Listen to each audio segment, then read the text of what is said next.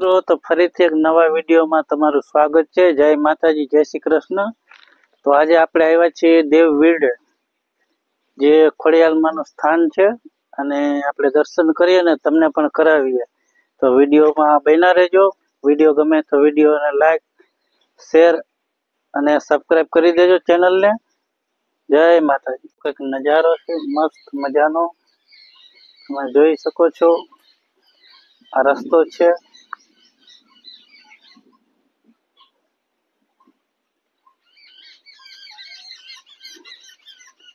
અહીંયા આપણે જવાનું છે। જો આ મંદિર છે ખોડિયાલમાં, અહીંયા। તો વિડીયોમાં બન્યા રહેજો। વિડીયો ગમે તો લાઈક, શેર અને સબસ્ક્રાઇબ કરી દેજો।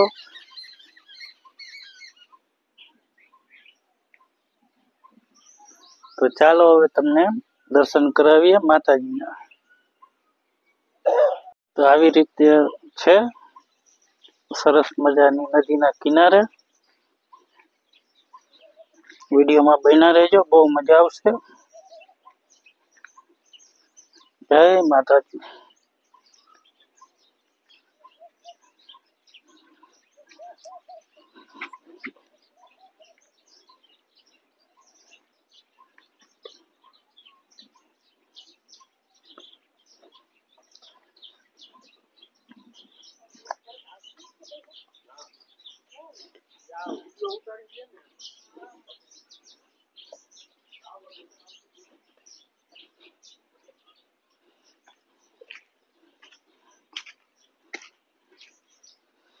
તો તમને દર્શન કરાવીએ। ખોડિયાલ માતાજી છે, આવડમાં છે, આવડ જોગડ, અને આ મેન સ્થાન છે માતાજીના। અહીંના પરચા બહુ છે, અને આ જગ્યા વિશે તમને બધી માહિતી મળી જશે। અને આ દેવવીડો કહેવાય। આમાં એક નાના એવા મગર માતાજી પણ છે, જો કોઈને દર્શન થાય તો। સરસ મજાની નદી છે।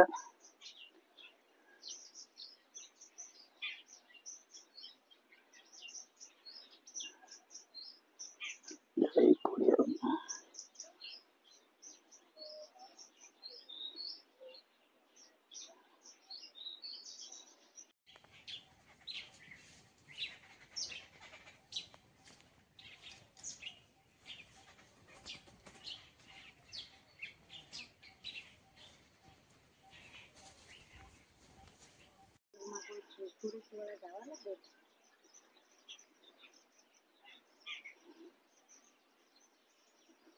તો આપણે માતાજીના દર્શન કર્યા છે, અને આ છે આશ્રમ। હવે આપણે આશ્રમમાં પ્રવેશ કરીએ।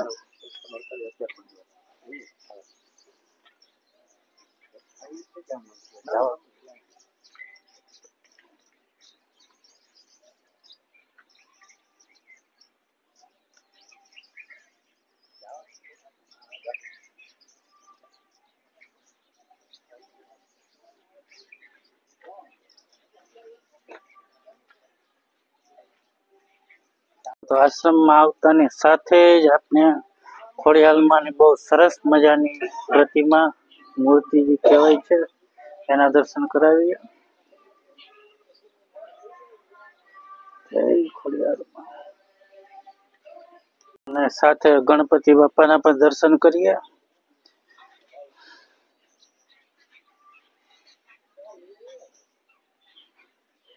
આ છે ગણપતિ દાદા। હું દર્શન કરું ને તમે પણ કરો। જય ગણપતિ દાદા।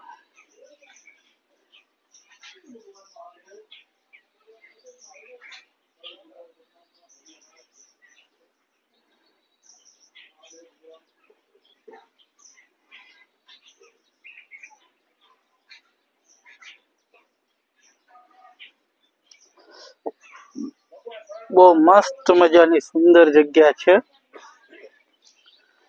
અને હવે તમને મહાદેવના દર્શન કરાવીએ। મહાદેવ હર।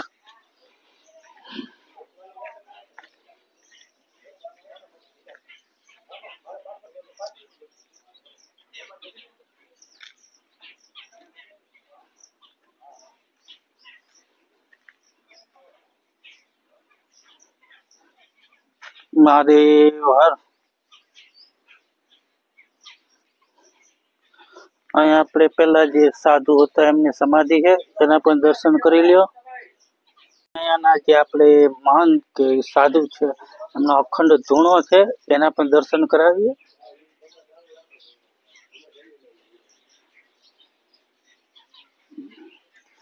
અને તમે પણ આ અખંડ ધૂણાના દર્શન કરો.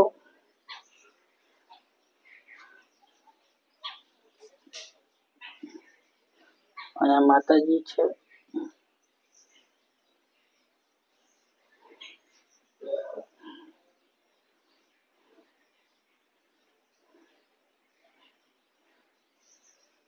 કોઈ ઘર છે ભોજનાલય.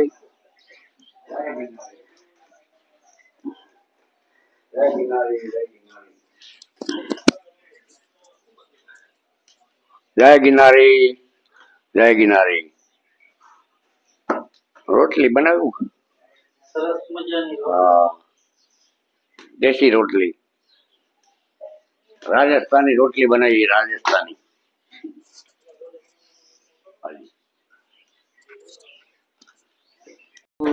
માતામાં સરસ મજાનું ભોજન કરી રહ્યા છે.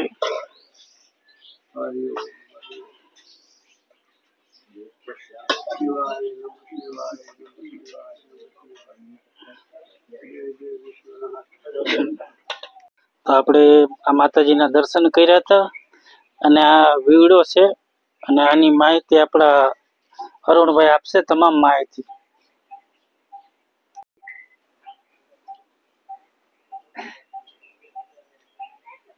તો મિત્રો, આ અરુણભાઈ આપણી સાથે આપણા કાર્યક્રમની અંદર જોડાઈ ગયા છે અને આપને ખૂબ સરસ મજાની આ વીવડા વિશે માહિતી આપવાના છે.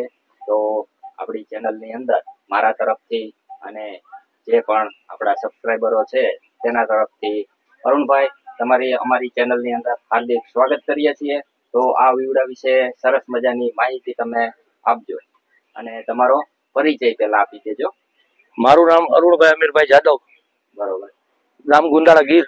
મેંદડાથી 6 કિલોમીટર ત્યાં અમારી ખેતીવાડીની જમીન છે. આજથી 20 વર્ષથી આ વીરડાની સેવા કરવા માટે હું કાયમી આવું છું અને આજ દિવસ સુધી સેવાના ભાવ માટે જ આવું છું. અહીં કોઈ પણ લોકો આવે એ દૂધ, છાશ, બકાલું બધું લઈને આવે છે અને પ્લસમાં ચણ, નીણ એવું બધું પણ અહીં લઈને આવે છે. અહીં એક જ આશ્રમ છે, કોઈ ફરવા માટેનો આશ્રમ નથી, માત્ર આશ્રમની જગ્યા છે અને આ આશ્રમની અંદર સેવા સિવાય કોઈ પ્રવૃત્તિ ચાલતી નથી એટલું હું જાણું છું. લગભગ 1965 ની અંદર આસપાસના ગામડાના લોકો કાસ્ટ એટલે કે લાકડા ભેગા કરવા માટે, પોતાની જીવન જરૂરિયાત માટે અહીં આવતા ભાડા લેવા માટે.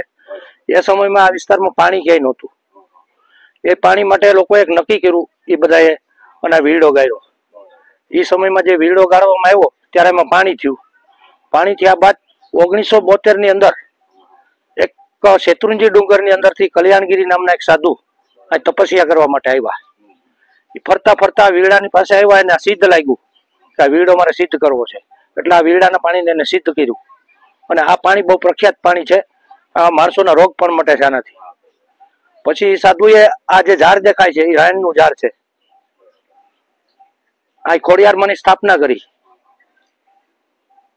1972 ની અંદર પોતે મોટું જબરજસ્ત તપ કર્યું. ત્યારે આ વિસ્તારની અંદર ખાવા માટે કોઈ અન્ન કે કઈ હતું નહીં અને આખો દિવસ આ તપસ્યા કરી અને આ રાયણની ઉપર પોતે સુઈ જતા, આરામ કરતા સવાર સુધી. હા, કલ્યાણગીરી બાપુ. એ સમયમાં પછી થોડાક સમય ગયા પછી 30 વર્ષ પછી પોતે બીમાર પડ્યા. બીમાર પડ્યા બાદ અહીંના ધારાસભ્ય અને MLA દેવાનભાઈ સોલંકી, જે માજી મિનિસ્ટર હતા, એ બાપુના સેવક હતા. એને આ બંને રૂમ, સરબંગ ધૂણો અને આ બધું એને બનાવી આપ્યું. આ એક કૂવો કરાવી આપ્યો, એક બોર કરાવી આપ્યો. એ સમયમાં બાપુ જબરજસ્ત બીમાર પડ્યા. ત્યારબાદ શેત્રુંજી ડુંગર ની અંદર આ બાપુ જે રામભારતી બાપુ છે એ ત્યાંથી આવ્યા અને દેવાનભાઈ એને મૂકી ગયા. ત્યારે બાપુએ ઘણી બધી સેવા કલ્યાણગીરીની કરી, પણ કલ્યાણગીરીનું અવસાન થયું 17/12/1992 ની અંદર બાપુએ દેહ છોડ્યો. ત્યારે એની સમાધિ આપણે હમણાં જોઈ, એ કલ્યાણગીરી બાપુની સમાધિ છે. અને જે કલ્યાણગીરી બાપુ જે સમયે અહીં આરતી કરતા અને શંખ ફૂકે એ સમયે સિંહ એની સામે આવીને બેસતો અને એ ધૂણાને કાયમી આટો મારી અને આરતી પૂરી થાય એટલે એનો અવાજ આપીને જતો રહેતો. અને કલ્યાણગીરી બાપુ સિંહ તરીકે જ ઓળખાતા હતા. એને સિંહોને ખીચડી અને રોટલા પણ ખવડાવેલા છે, એ અમારા વડીલોએ જોયેલું. અને એ સમયે આ સિદ્ધ કર્યો જયારે કૂવો, ત્યારબાદ આ બાપુ આવ્યા અને બાપુએ આશ્રમ ચલાવ્યો. બાપુની એક જ આજની તારીખ સુધી એની એક જ આશા છે કે આઈની અંદર કાંઈ પણ છણ દાણો જે કાંઈ આવી ચકલા માટે અને મોર માટે જ ભેગો કરે છે.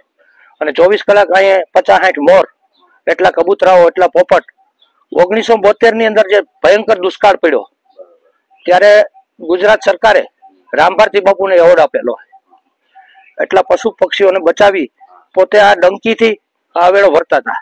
જે આ ડંકી દેખાય છે, આ જે અત્યારે બાપુ છે રામભારતી બાપુ, પોતે આ સિંચી આ ડંકીની અંદર આજની તારીખે પણ પાણી આવે.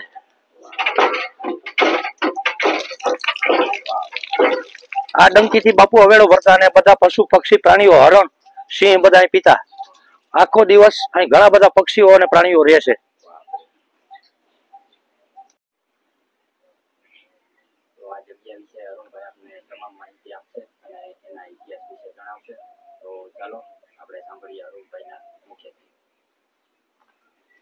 આ જગ્યા એક લુહાર સમાજના મોટા વડીલની છે, જેઓએ 148 હથિયારો રજવાડા વખતે રજવાડા અને અહીં અજાબ ગામની અંદર રહેતા મૈયા દરબારો સાથે જુનાગઢ નવાબને એક દુશ્મની હતી, ગરાસ માટેની, જમીન જાયદાદ માટેની.